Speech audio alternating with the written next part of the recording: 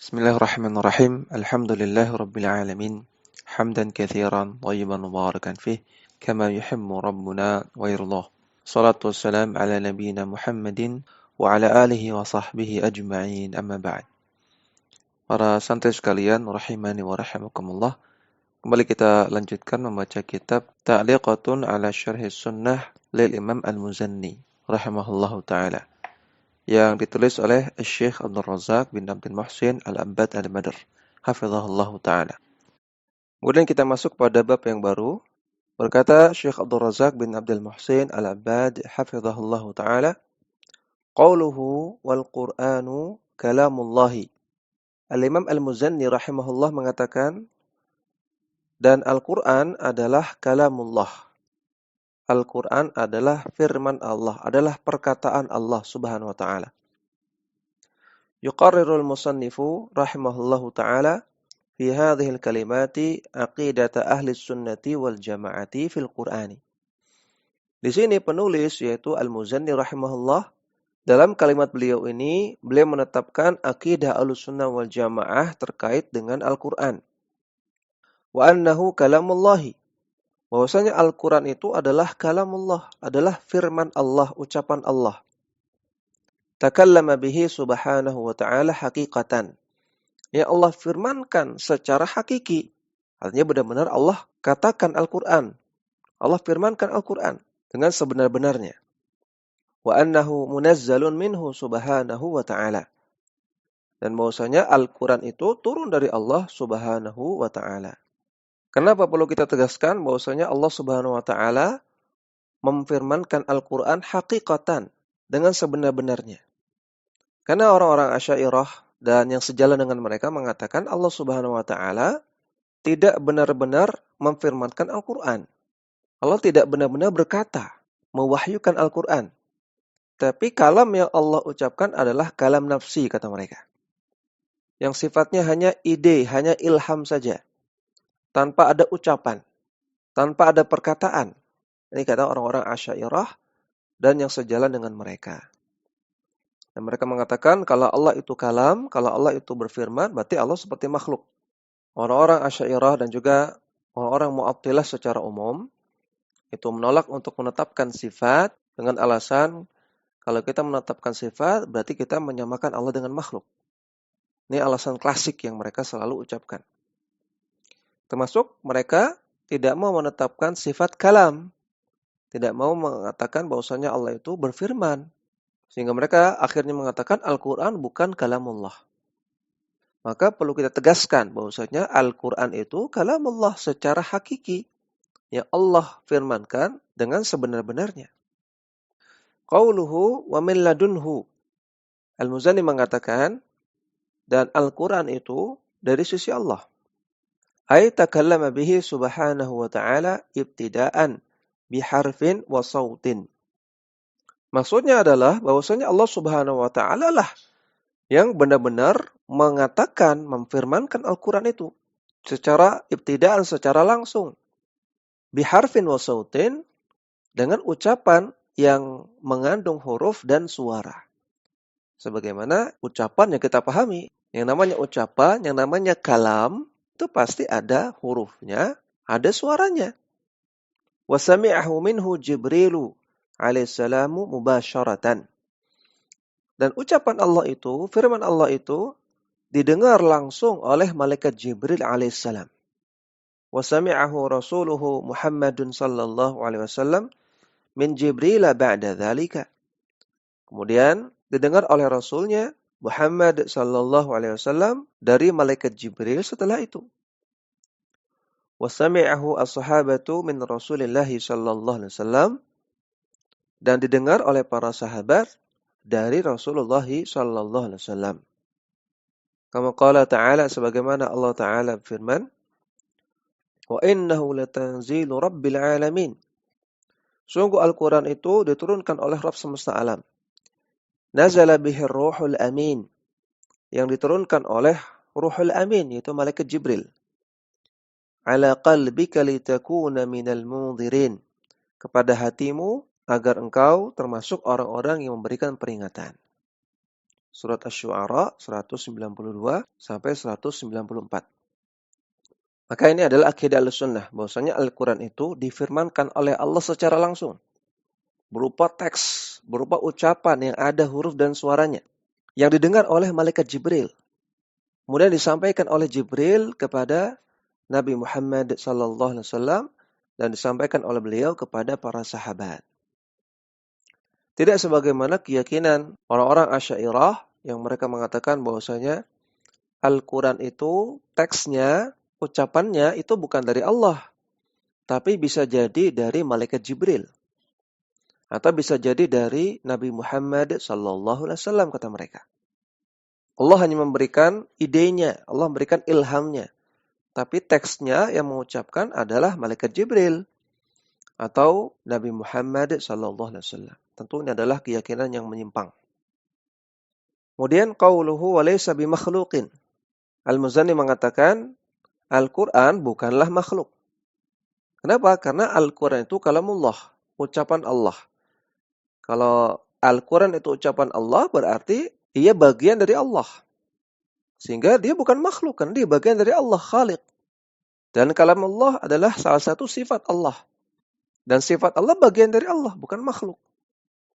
Nah, kemudian Syekh Abdul Razak bin Abdul Muhsin di sini mengatakan, "Hadhil jumlatu qarraraha as-salafu 'inda dhuhuri bid'ati at-tajahhumi."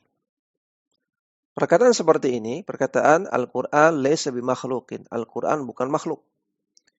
Ini adalah perkataan yang ditetapkan, yang ditegaskan oleh para salaf dahulu ketika awal-awal muncul bid'ah dari orang-orang Jahmiyah.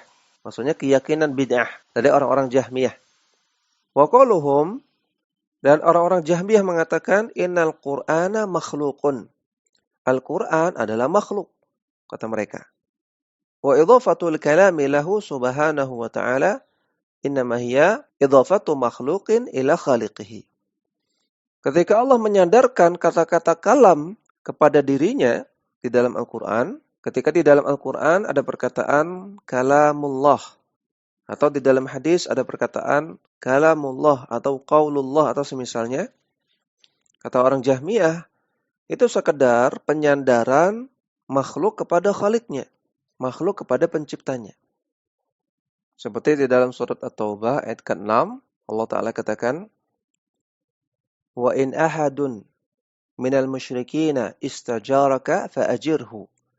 Kalau ada orang musyrik yang meminta pelindungan kepadamu, wahai Muhammad, maka lindungilah dia. Hatta yasma'a kalamallahi, sehingga dia bisa mendengar kalam Allah. Surat At-Taubah ayat ke-6. Di sini ada perkataan kalam Allah. Wahai Muhammad, kalau ada orang musyrik minta pelindungan, nggak apa-apa, lindungi aja. Di antara hikmahnya adalah ketika dia bersamamu, nanti dia bisa mendengar Al-Quran. Ini dalil tegas bahwasanya Al-Quran adalah kalamullah. Karena dalam ayat ini, Allah Subhanahu wa Ta'ala menyebutkan Al-Quran dengan istilah kalamullah, perkataan Allah. Tapi orang-orang Jahmiyah mengatakan, oh enggak, di sini perkataan kalamullah itu sekedar penyandaran makhluk kepada Khalik. Seperti Baitullah, rumah Allah. Seperti Ardullah, bumi Allah. Nah, ini kan penyandaran makhluk kepada Khalik. Baitullah, baitun, dan Allah. Rumahnya Allah, baitun, rumah. Rumah itu makhluk. Berarti menyandarkan, menggandengkan antara makhluk dengan Khaliknya, penciptanya. Ardullah, bumi Allah, bumi itu makhluk. Berarti ini hanya menggandengkan makhluk dengan penciptanya. Maka demikian juga kalam Allah. Berarti kalam di sini makhluk. Ini keyakinan orang-orang Jahmiyah. Faqarrara as-salafu hadhihi al-jumlata ihqaqan lil haqqi. Maka ketika muncul ucapan-ucapan seperti ini dari orang-orang Jahmiyah dahulu, para salaf pun menegaskan, menetapkan kalimat di atas, yaitu Al-Qur'anu kalamullahi laisa bimakhluqin. Al-Quran adalah firman Allah dan bukan makhluk. Dalam rangka untuk ihqaqan lil haqqi, untuk menegaskan kebenaran, untuk menampakkan kebenaran. Wa nushan lil khalqi, dan untuk menasihati umat, untuk menjaga umat dari pemahaman sesat. Maka sekali lagi ini adalah keyakinan bid'ah. Tidak ada asalnya dari Nabi, ataupun dari para sahabat, ataupun dari para tabi'in, atau para tabi'ut tabi'in. Ini adalah kebid'ahan dalam akidah yang dibuat-buat oleh orang-orang Jahmiyah. Dan sampai sekarang keyakinan ini masih ada. Dan apa efek negatif? Apa akibatnya kalau seseorang meyakini Al-Quran itu makhluk? Jawabannya, selain tentunya dia terjerumus ke dalam kebid'ahan yang besar, kebid'ahan dalam masalah akidah, dia juga akan terjerumus ke dalam perendahan terhadap Al-Quran, peremehan terhadap Al-Quran. Kalau Al-Quran itu makhluk, maka Al-Quran tidak sakral. Maka setiap teks yang ada di dalam Al-Quran bukan firman Tuhan, bukan firman Allah Subhanahu wa taala. Dan tidak pasti benar. Kebenarannya tidak absolut karena ini kan makhluk, kata mereka. Sampai-sampai mereka mengatakan bahwasanya tidak perlu kita terlalu serius dalam memaknai teks. Karena ini nggak pasti benar, ini makhluk. Sehingga orang-orang seperti ini, orang-orang yang terkena pemahaman Jahmiyah ini, mereka dengan mudahnya mengotak-atik ayat Quran. Mereka dengan mudahnya memaknai ayat-ayat Quran dengan makna yang mereka kehendaki. Karena mereka anggap ini teks makhluk, bukan dari Tuhan, bukan firman Tuhan. Sehingga bisa dengan seenaknya mereka otak-atik, mereka tafsirkan, mereka maknai dengan makna yang mereka inginkan. Ini diantara imbas atau akibat orang meyakini Al-Quran itu makhluk. Sehingga kalau kita sampaikan dalil Al-Quran, maka orang-orang seperti ini akan dengan mudah menolak dalil. Mereka tidak taat, tidak tunduk kepada dalil ayat Al-Quran. Allahul Musta'an. Ya, kemudian kata Syekh Abdul Razak bin Abdul Muhsin Al-Abad, wa amma qauluhum, adapun perkataan orang-orang Jahmiyah, innahu min babi idhafatil makhluqi ila khaliqihi. Bahwasanya ucapan kalamullah dalam Al-Quran itu sekadar penyandaran makhluk kepada penciptanya. Fayujabu anhu bima dzakarahu al-allamatu Ibnu Abil Izzi Al-Hanafiyu rahimahullahu. Maka kita jawab dengan apa yang dijelaskan oleh Al-Allamah Ibnu Abil Izz Al-Hanafi rahimahullah, seorang ulama besar Ahlus Sunnah. Annal mudhafa ila Allah azza wa jalla naw'ani. Bahwasanya bentuk penyandaran, bentuk idhofah, ya kalau ada satu kata digandengkan dengan nama Allah. Ini penyandaran kepada nama Allah. Ini ada dua bentuk. Yang pertama, sifatun la taqumu bi anfusiha. Penyandaran tersebut merupakan penyandaran sifat Allah yang dia tidak bisa berdiri sendiri. Karena merupakan bagian dari Allah yang nggak bisa dipisahkan. Contohnya kal ilmi, contoh sifat al-ilmu. Ya, kalau ada perkataan ilmullah, ilmu Allah. Ini kan bentuk penyandaran kepada nama Allah, ilmullah, ilmu Allah. Al-ilmu di sini ini sifat Allah yang tidak bisa dipisahkan dari Allah. Apakah mungkin ya kita pisahkan Allah sebagai satu entitas sendiri, kemudian ilmu sebagai satu entitas sendiri? Sehingga Allah nggak punya ilmu ketika itu. Nggak mungkin. Kita saja makhluk, ilmu kita nggak bisa dipisahkan dari kita. Gimana cara memisahkan ilmu? Ya, bisa nggak ilmu kita ditaruh dalam toples? Bisa nggak ilmu kita di-download ke dalam komputer? Nah, ketika itu ilmu kita hilang, kosong. Nggak bisa. Karena apa? Karena ilmu itu sifat yang tidak bisa berdiri sendiri. Yang tidak lepas dari pemilik sifat tersebut. Wal qudrati, dan juga sifat kudrah, perkasa, kuat. Wal kalami, demikian juga sifat kalam. Kalau ada perkataan kalamullah, maka ini penyandaran sifat kepada pemilik sifat. Yang mana sifat dan pemilik sifat satu kesatuan. Maka kalamullah bukan makhluk. Karena dia bagian dari Allah Subhanahu wa taala. Wasam'i, dan juga as-sam'u, pendengaran, wal basari, dan juga penglihatan. Nah, jadi kalau ada kata-kata ilmullah, qudratullah, kalamullah, sam'ullah, basarullah, fahadhihi idhafatu sifatin ilal mausufi biha. Maka semua ini adalah bentuk penyandaran sifat kepada pemilik sifat. Fa'ilmuhu wa kalamuhu wa qudratuhu wa hayatuhu sifatun lahu. Ilmu Allah, kalamullah, kekuasaan Allah, kehidupan Allah itu adalah sifat Allah semua. Wa kadza wajhuhu wa yaduhu subhanahu wa ta'ala. Demikian juga wajah Allah dan tangan Allah subhanahu wa ta'ala. Wasani yang kedua, idhafatu a'yanin munfasilatin anhu.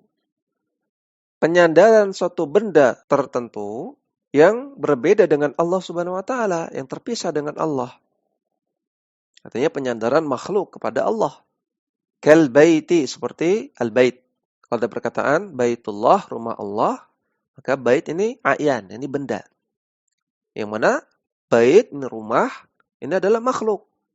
Dan dia bukan Allah, karena dia makhluk. Maka ini baru betul bahwasanya kalau baitullah itu penyandaran makhluk kepada Khaliknya, penciptanya. Warnaqati, demikian juga naqah, artinya onta. Onta Allah, maka ini bentuk penyandaran makhluk kepada Khaliknya. Wal abdi, demikian juga abdullah, hamba Allah. War rasuli, demikian juga Rasulullah, utusan Allah. War ruhi, demikian juga ruhullah, ruh Allah. Fahadhihi idhafatu makhluqin ila khaliqihi. Kalau semua yang tadi, maka baru betul bahwasanya ini adalah bentuk penyandaran makhluk kepada penciptanya. Lakinnaha idhafatun taqtadi takhsisan wa tashrifan. Namun kenapa Allah sandarkan namanya kepada benda-benda tadi, pada makhluk-makhluk tadi? Jawabannya, idhafatan taqtadi takhsisan. Itu adalah bentuk penyandaran yang tujuannya untuk mengkhususkan wa tashrifan dan memuliakan. Yatamayyazu biha al-mudhafu an ghairihi. Yang membuat benda yang diidhafahkan kepada Allah, yang disandarkan kepada Allah ini menjadi yatamayyaz, menjadi istimewa, tidak sama dengan yang lainnya. Contoh Rasulullah, utusan Allah. Maka Rasulullah dikatakan sebagai Rasulullah membuat dia menjadi istimewa. Berbeda dengan orang yang bukan Rasulullah. Hamba Allah. Ketika dikatakan orang ini adalah hamba Allah, maka dia punya keistimewaan yang berbeda dengan yang bukan hamba Allah. Baitullah, Ka'bah, disebut Baitullah membuat dia punya keistimewaan berbeda dengan bangunan-bangunan lain yang bukan Baitullah. Seperti itu. Jadi sampai sini penjelasan Al-Imam Ibn Abil Izz Al-Hanafi rahimahullah. Bahwasanya tidak mesti penyandaran suatu kata kepada nama Allah berarti penyandaran makhluk kepada Khalik, enggak. Tapi bisa jadi itu penyandaran sifat Allah kepada Allah Subhanahu wa taala. Penyandaran sifat kepada pemiliknya. Dan inilah yang terjadi pada kata-kata kalamullah. Wa ahlul bid'ah alladzina la yuthbituna anna al-Qur'ana kalamullahi azza wa jalla haqiqatan ghairu makhluqin. Dan orang-orang ahlu bid'ah yang mereka tidak mau menetapkan bahwasanya Al-Quran adalah kalamullah secara hakiki dan bukan makhluk. Yadhabuna madhahiba syatta. Mereka pun berpecah belah menjadi banyak sekali madhab, banyak sekali keyakinan. Artinya, kalau Al-Quran itu bukan kalamullah, kemudian kalam siapa? Kalau Al-Quran itu bukan firman Allah, bukan perkataan Allah, lalu perkataan siapa? Nah, mereka di sini berpecah belah, macam-macam pendapatnya. Faba'duhum yaqulu, sebagian mereka mengatakan, innallaha azza wa jalla khalaqal Qur'ana fil lauhil mahfudhi. Bahwasanya Allah azza wa jalla menciptakan Al-Qur'an di Lauhul Mahfudz. Wa akhadhahu Jibrilu minal lauhil mahfudhi. Kemudian Jibril mengambil Al-Qur'an dari Lauhul Mahfudz. Nah, jadi kata mereka, ini salah satu pendapat Asy'ariyah, bahwasanya Al-Quran Allah ciptakan. Berarti dia makhluk. Allah ciptakan teksnya, perkataannya di Lauhul Mahfudz. Jadi tahu-tahu di Lauhul Mahfudz ada teks, ayat-ayat Al-Quran. Nah, kemudian itulah yang diambil oleh malaikat Jibril. Ini kata sebagian Asy'ariyah. Dan sebagian mereka mengatakan bahwasanya Al-Quran itu dari Jibril teksnya. Al-Quran itu kalamnya Jibril alaihissalam. Allah yang memberikan ilhamnya tentang isinya. Kemudian teksnya yang buat adalah malaikat Jibril. Jadi itu perkataan malaikat Jibril, kata sebagian Asy'ariyah. Kata sebagian mereka lagi, Al-Quran itu ucapan Rasulullah Sallallahu Alaihi Wasallam. Jadi Allah turunkan kepada beliau ilhamnya, isinya gitu. Kemudian teksnya itu dari Rasulullah Sallallahu Alaihi Wasallam. Berarti itu perkataan Rasulullah. Ini kata sebagian Asy'ariyah. Nah, maka kita lihat di sini mereka tidak di atas keyakinan. Mereka sama sekali nggak punya dasar atas keyakinan mereka tersebut. Mereka hanya rajman bil ghaib, meraba-raba perkara yang gaib. Dan itulah yang terjadi ketika mereka meninggalkan dalil. Ketika dalil sudah jelas mengatakan Al-Quran itu kalamullah, dan ini mereka tinggalkan, maka orang yang seperti ini akan dalam kebingungan. Karena mereka bicara masalah gaib. Sedangkan masalah gaib tidak ada jalan untuk mengetahuinya kecuali dalil. Ketika dalil ditinggalkan, yang ada apa? Yang ada bingung. Sehingga banyak pendapat. Katanya dari Jibril, katanya dari Muhammad SAW, katanya dari Lauhul Mahfuz. Nah, inilah bentuk rusaknya pemahaman ahlul bidah. Walidha najidu ba'dha al-qurra'i mimman talawwathat aqidatuhu bihadhihi al-lawthati. Oleh karena itu kita dapati sebagian qurra. Qurra artinya ahli qiraah, orang yang pandai dalam masalah qiraah Al-Qur'an. Yang sebagian mereka akidahnya terkontaminasi oleh akidah demikian, akidah Asy'ariyah dan juga akidah Jahmiyah. Yaktubu fil ijazati isnadahu ila Nabi sallallahu alaihi wasallam an Jibril alaihi salam anil lauhil mahfudhi. Ketika mereka memberikan ijazah riwayat Al-Quran, ijazah qiraat Al-Quran, ditulis di dalam sanad ijazahnya bahwasanya saya meriwayatkan qiraah ini dari guru saya fulan, dari gurunya fulan dan fulan, dari Nabi SAW, dari Jibril, dari Lauhul Mahfuz. Seperti itu. Nah, ini bentuk akidah Asy'ariyah, bentuk akidah Jahmiyah. Firaran min itsbati takallumillahi subhanahu wa ta'ala bihadzal Qur'ani. Karena mereka tidak mau menetapkan bahwasanya Allah Ta'ala yang memfirmankan Al-Quran ini. Bikhilafi man kana ala sunnati. Berbeda dengan orang-orang yang akidahnya di atas sunnah.